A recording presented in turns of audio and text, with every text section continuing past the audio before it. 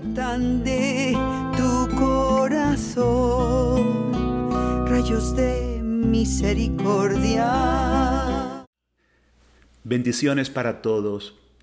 Vamos a reflexionar sobre la misericordia, específicamente por qué es poco recibida y cómo recibirla plenamente. Vamos a encomendar esta reflexión a nuestra Madre Santísima, que es la Madre de la Misericordia. Madre, tú reflejas el amor de Dios. Tú eres todo amor. Muéstranos el camino. Estate con nosotros en esta reflexión y siempre. Amén. Y con María vamos a decir: Jesús, en ti confío. De hecho, el obstáculo mayor a la misericordia es la desconfianza.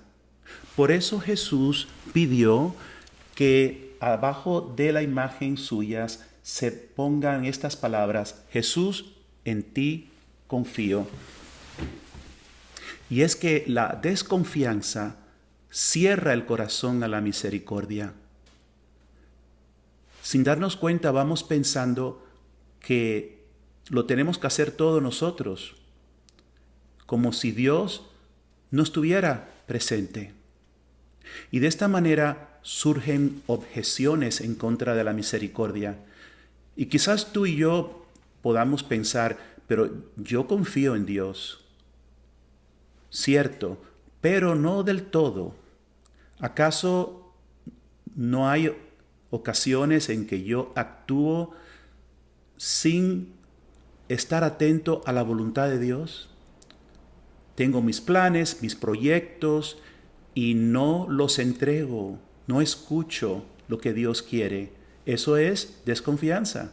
Estoy habituado a hacer las cosas por mí mismo.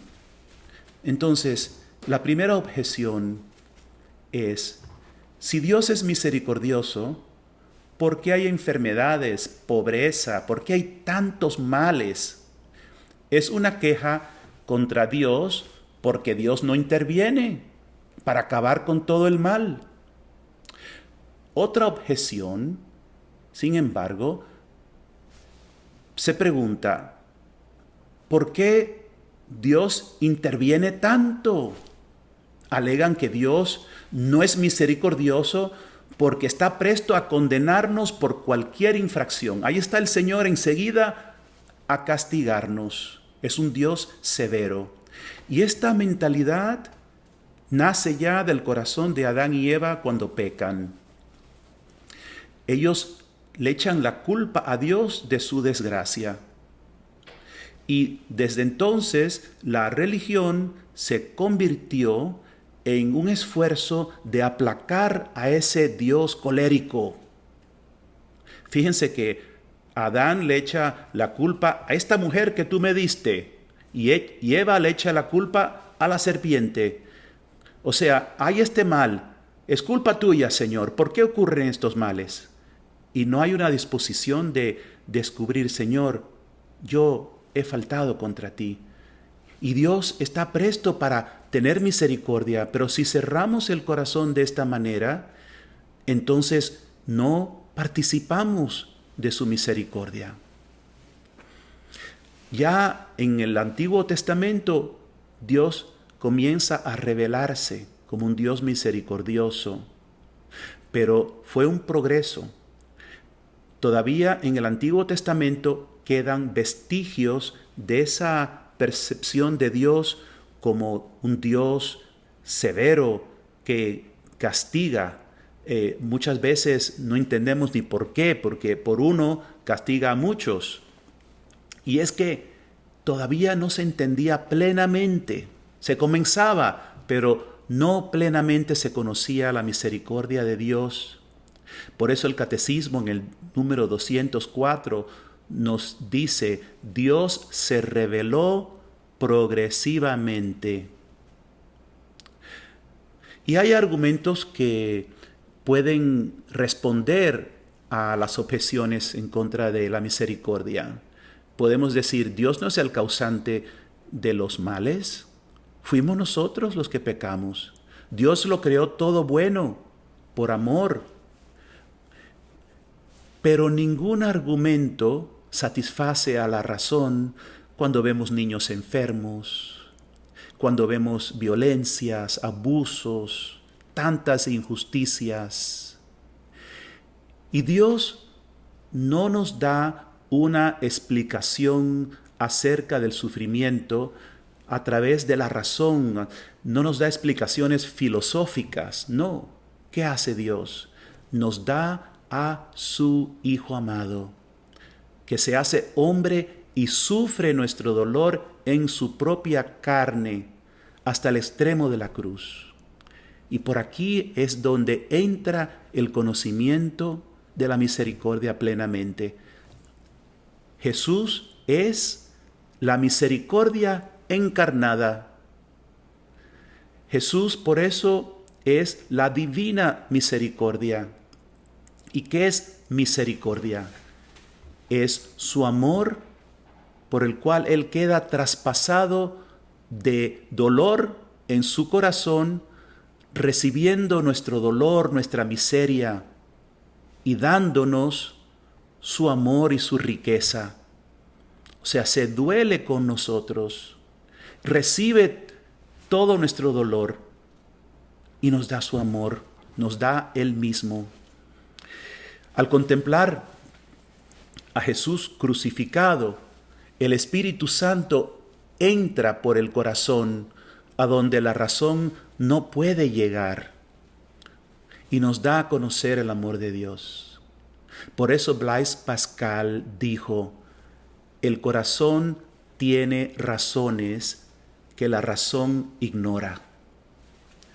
Y por eso San Juan Pablo II y Santa Faustina, los apóstoles de la misericordia, la llaman el misterio.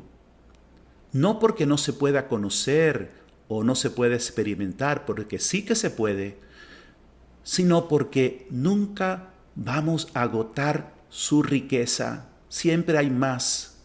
Jesús, la divina misericordia, nos lleva cada vez más profundo en el corazón de Dios. Cuanto más descubrimos la misericordia, comprendemos que aún hay más que descubrir. Entonces, ¿hasta dónde llega la misericordia? Hermanos, es un océano infinito y la vamos descubriendo contemplando a Cristo crucificado. Entonces, quedamos con dos opciones. O nos confinamos a nuestro entendimiento y al no poder comprender, pues nos apartamos de Dios y queremos nosotros estar en control. O la segunda posibilidad es confiar en Dios y reconocer, Señor, hay muchas cosas que no entiendo, pero sé que me amas. Decía San Pablo, yo sé en quién he puesto mi confianza, porque lo ha conocido, porque lo ha experimentado. Dios no le tiene que explicar a Pablo todas las cosas. Él se reconoce criatura. Por lo tanto, detrás de la desconfianza está la soberbia.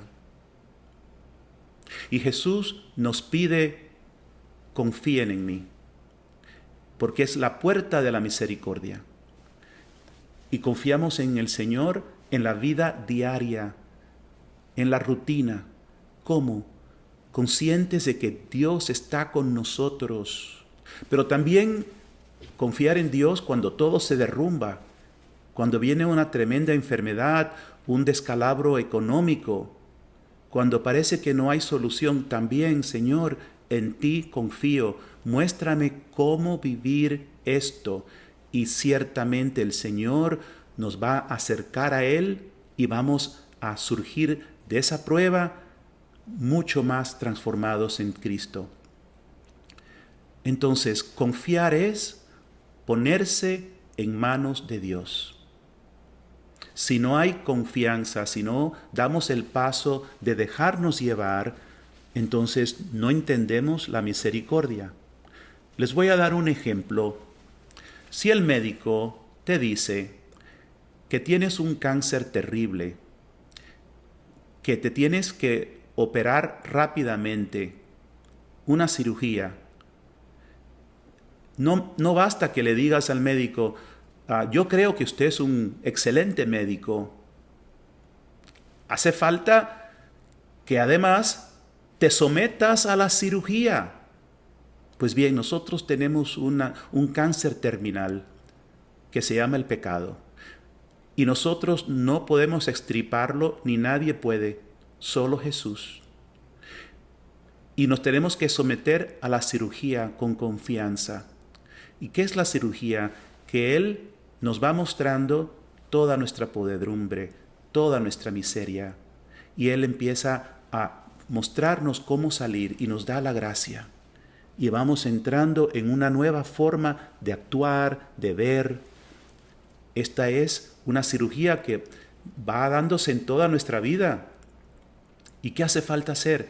Pues tenemos que renunciar a nuestras expectativas, aunque parezcan buenas, para permitirle a Dios llevarnos a donde Él quiere. Soltar los controles, dejarse llevar. Crucificar nuestros deseos para que los deseos de Jesús sean los nuestros. Es un cambio de rumbo. El Señor nos da su misericordia, que no se basa en concedernos lo que pedimos. Una vez que ya nosotros vamos teniendo a la mente de Cristo, sí, nos concede lo que pedimos. Pero para llegar ahí, tenemos que estar dispuestos a que Él nos enseñe, no te doy esto no es el camino, es por acá. Y nos lo va diciendo con las puertas que se cierran, las puertas que se abren, pues el Señor nos va llevando. Misericordia no es un resguardo. O sea, Señor, ten misericordia, ahora tenemos la pandemia, que no me dé el virus, que no le dé a ningún familiar. Claro que rezamos así, está bien. Pero tenemos que entonces confiar, porque resulta que el Señor no ha prometido a los suyos un camino de rosas. A veces pensamos, ¿será castigo la pandemia? No es un castigo. Nosotros hemos trastornado a la naturaleza y hemos pecado mucho. Pero ahora estamos en una batalla espiritual. Jesús entró en ella y sufrió también.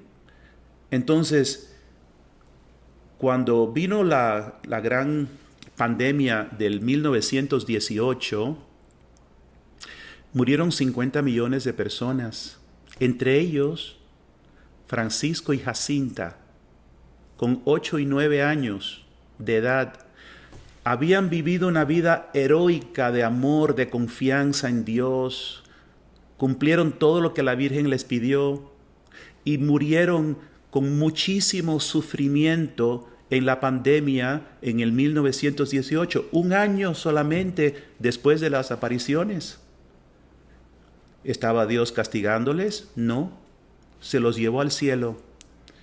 Vamos con Jesús, detrás de Él, a Jerusalén, vamos a sufrir, pero la promesa es, yo voy a estar con ustedes. Entonces, no tengamos miedo, vamos a vivirlo siendo uno con Él. Jesús lloró por Jerusalén. Lucas 19:42. Él está de nuestro lado en las batallas que tenemos que vivir. Cristo crucificado es más poderoso que las pandemias, que todas las fuerzas del mal. No quiere decir que nos la va a quitar, pero algo más bueno saldrá si nosotros confiamos. Parece difícil de creer, ¿verdad? Que de los males Dios puede sacar maravillas de bienes. Saca santos. Entonces, por un tiempo, Dios parece impotente, pero es lo único que quedará después de la prueba.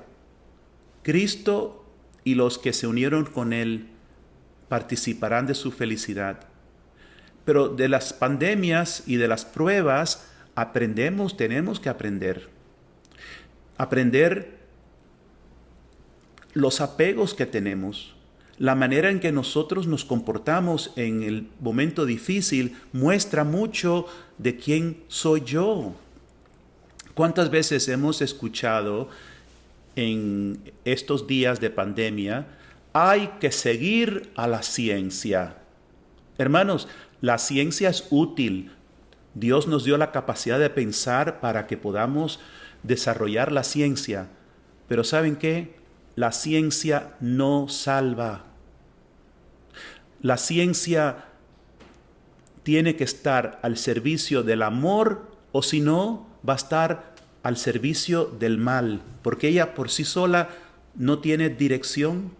De hecho, los alemanes eran los que tenían la mejor ciencia, la más avanzada, en la Segunda Guerra Mundial. Y llevaron a un genocidio y ellos mismos se autodestruyeron. La ciencia es buena, pero no salva. Solo Jesucristo salva.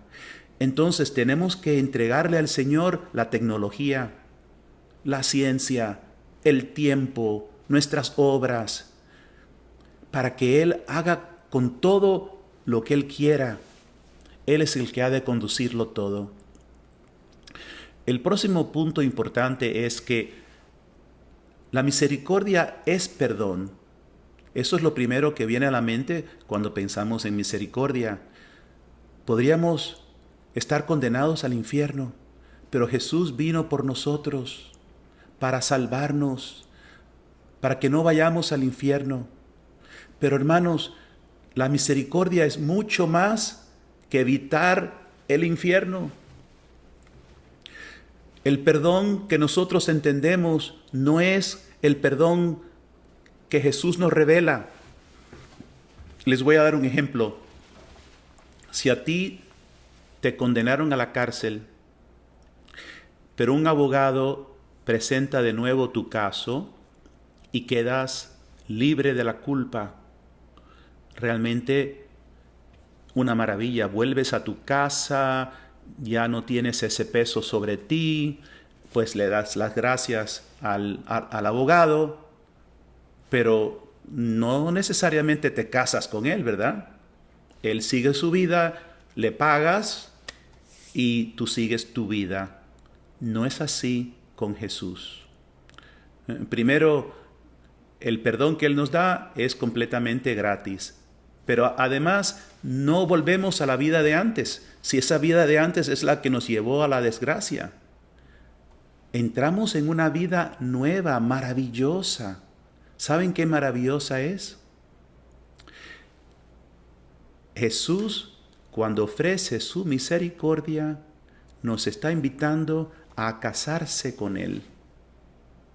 Él es el esposo que viene por su esposa.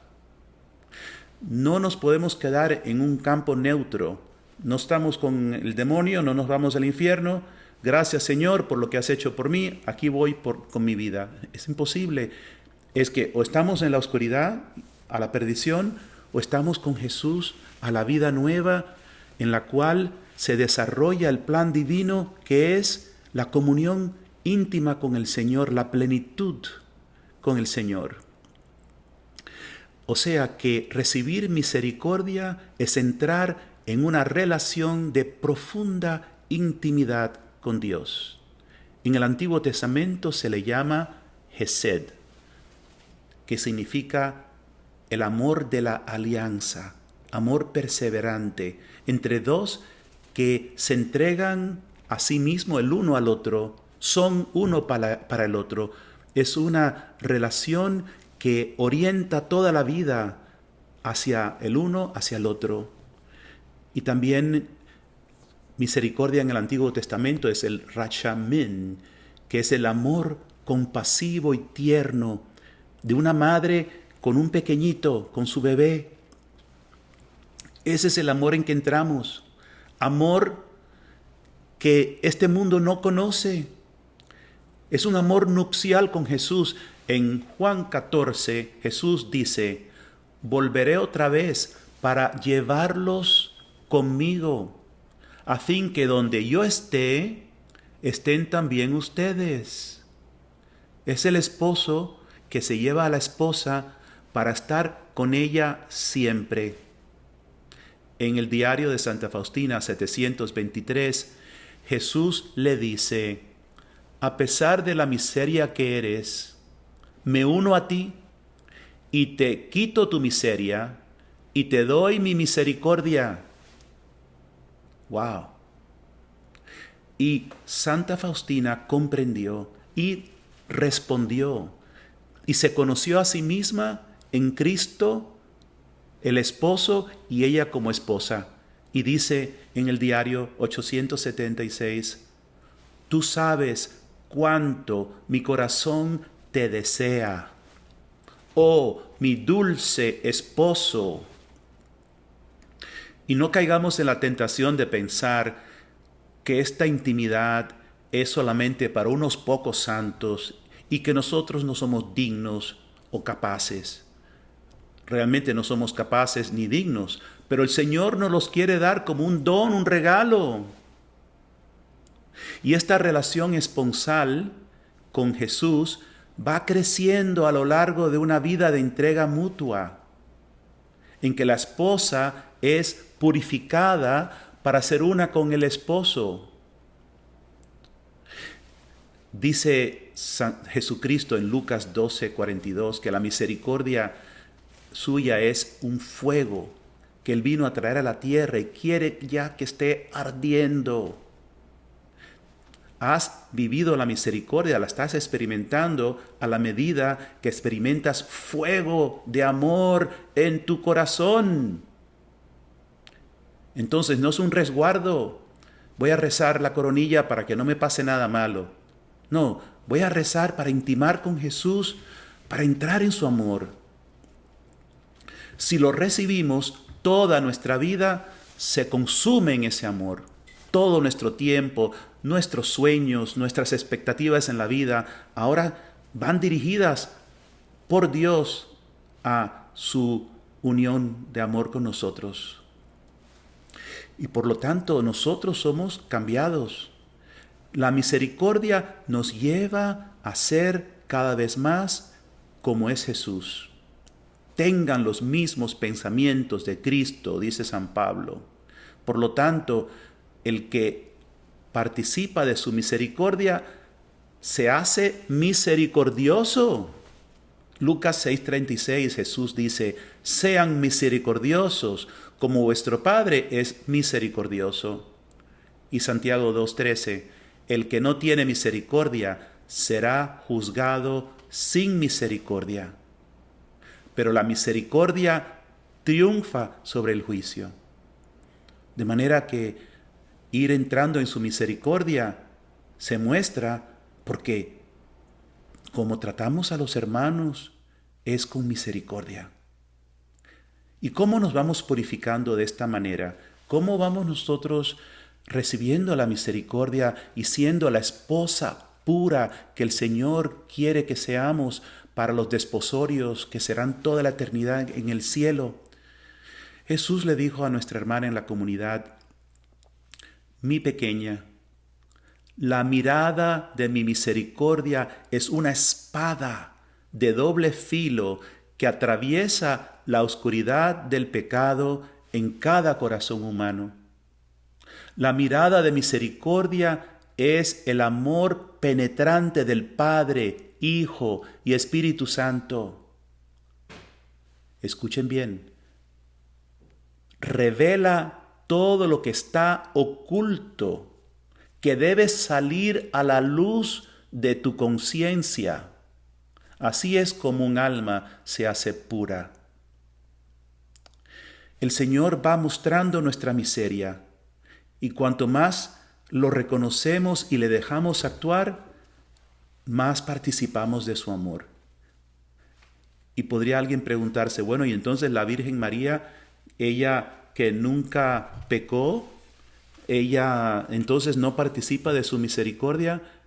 Hermanos, nadie como ella reconoce su miseria en el sentido no de que haya pecado, sino de que es totalmente dependiente de Dios como criatura, que sin Dios no puede hacer nada. Eso María lo tenía claro y por eso puede dar su fiat, hágase según tu palabra. Ella se entrega, se abandona, es la mujer, la esposa del Espíritu Santo, que se deja llevar.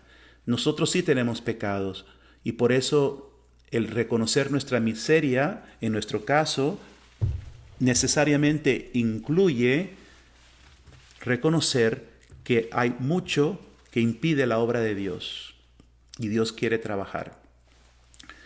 Ahora vamos a otro punto importante. Y es que ser pecadores no es obstáculo para recibir la misericordia. ¿Por qué? Porque la misericordia es don inmerecido. Y Jesús le dice a Santa Faustina, está en el diario en el número 723, cuanto más grande es el pecador, tanto más grande es el derecho que tiene a mi misericordia. Y Jesús le dice también en el número 1146, no puedo castigar aún al pecador más grande si él suplica mi compasión, sino que lo justifico en mi insondable e impenetrable misericordia. Pero fíjense que Jesús pone una condición. Si Él suplica mi compasión. Porque hay una puerta cerrada que solo tú y yo podemos abrir, porque nos hizo libres. Y tenemos que querer la misericordia. Tenemos que dejarle entrar. Y suplicar es permitirle a Dios actuar. Es lo que echa fuera la soberbia. Y una súplica honesta está siempre acompañada con la voluntad de entregar la vida al Señor. Un pecador que se presenta así ante Dios será perdonado, levantado y hecho partícipe de la vida de Jesús. Entonces, si el pecado no impide que recibamos la misericordia, ¿qué es lo que puede impedirla? Pues creernos ya santos. Lo que impide la misericordia no es ser pecador, sino el no reconocer que lo somos. Jesús dice a los fariseos, yo no he venido a llamar a los justos, sino a los pecadores. Entonces, ¿es que los justos son excluidos por Jesús? No, hermanos, es que no hay justos. Solo hay pecadores que se reconocen pecadores y pecadores que se creen justos. Y estos últimos viven en un terrible autoengaño y no se abren a la misericordia. Y este es el peligro que todos corremos. Todos sabemos que San Pablo le dice a los romanos en el capítulo 3, 23, todos han pecado y están privados de la gloria de Dios, y todos aceptamos este concepto, que somos pecadores, y todos nosotros rezamos el Confiteor, yo pecador me confieso. Pero cuidado, puede ser que al mismo tiempo pasemos por alto pecados que se han hecho parte ya de nuestra personalidad, de tal manera que ni siquiera los reconocemos, porque nos hemos creado una falsa imagen de cómo somos por nuestro ego. Y estos pecados permanecen arraigados profundo en nuestro ser. Nuestro orgullo, nuestro deseo oculto de ser reconocidos, honrados, favorecidos, nuestros juicios, en fin, tantos pecados. Y pensamos, pero es que yo soy buena persona. Sí, te crees eso. Pero hay mucho que el Señor te quiere mostrar que no somos todavía como Él es. Entonces, hermano, ahí está nuestra misión, abrir el corazón. Hay el peligro de justificarnos haciendo oraciones, devociones, obras buenas. No entiendan mal, todo eso es necesario, pero cuidado que no se convierta en una mascarilla, en una forma de creernos ya buenos porque hacemos esas cosas. Porque ese fue el error del joven rico, Mateo 19. ¿Recuerdan? Él cumplía todos los mandamientos. Y el Señor lo miró con amor, porque era un hombre bueno. Y el Señor le dice, déjalo todo y sígueme. Y hasta ahí llegó. Eso nos puede pasar tan fácil. Al fin de nuestra vida, Señor, pero yo fui buena persona. Pero tantas veces te pedí que dejes esto y no fuiste capaz ni siquiera de verlo. A nuestra hermana en la comunidad, una vez estaba pidiéndole al Señor, Señor, ¿hay algo que todavía no te ha entregado? Y el Señor le dijo, sí, tu reputación. Wow. Entregárselo todo a Él. Otro ejemplo es el hermano mayor en la historia del hijo pródigo. Era un cumplidor, trabajador, pero cuando llega su hermano menor, no lo resiste. Y tampoco resiste al padre porque es misericordioso. Y empieza a salir de su corazón un veneno. Él se creía bueno, pero no supo entrar profundo en su corazón. Y este es el ejemplo también de los fariseos, que son la confronta más grande que tuvo Jesús. Se creían tan buenos. Y estos son, hermanos, los falsos santos, de lo cual todos podemos tener algún grado, ¿sí? Queremos parecer buenos porque queremos ser reconocidos y amados. Cuando sabemos que Dios nos ama de verdad, no tenemos que falsificar nuestra realidad. Podemos aceptar nuestra miseria y trabajarla cada día. Fíjense lo que dice el Papa Francisco, y lo citamos en el Camino Sencillo de Unión con Dios, nuestro libro, en la página 201. La capacidad de avergonzarse y acusarse a sí mismo es el primer paso en el camino de la vida cristiana que conduce a pedir al Señor el don de la misericordia. Está claro, porque si no me acuso a mí mismo, no voy a pedir misericordia. Hemos de pedir el don del autoconocimiento. Pedir a Jesús que nos muestre su amor y nuestro pecado. Las dos cosas van mano en mano. Cuanto más vemos nuestro pecado, más podemos acudir al amor de Dios. Otra vez Santa Faustina, en el diario 1318, Jesús le dice, hija mía, no me has ofrecido lo que es realmente tuyo. Santa Faustina no sabe de qué se trata y el Señor le dice, hija, dame tu miseria, porque es tu propiedad exclusiva. Claro, es su propiedad exclusiva, porque todo lo demás es un regalo de Dios. Y dice Santa Faustina que en ese momento un rayo de luz iluminó su alma y conocí todo el abismo de mi miseria. No la escondamos, porque entonces Dios no puede ser misericordioso con nosotros. Dice Santa Faustina, número 56, el conocimiento de mi miseria me permite conocer al mismo tiempo el abismo de tu misericordia.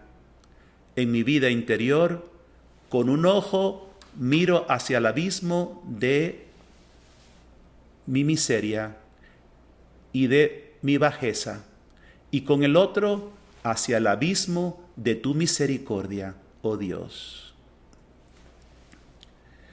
Y en nuestra comunidad, el Señor le dijo a una hermana: la esencia de tu miseria está enraizada en tu ego, en tu yo.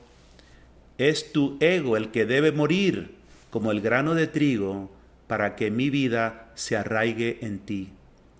Llegar a conocer y vivir en tu miseria es el comienzo de tu morir a ti misma, el comienzo de una vida nueva, una vida que comienza a centrarse en mí y en mi voluntad.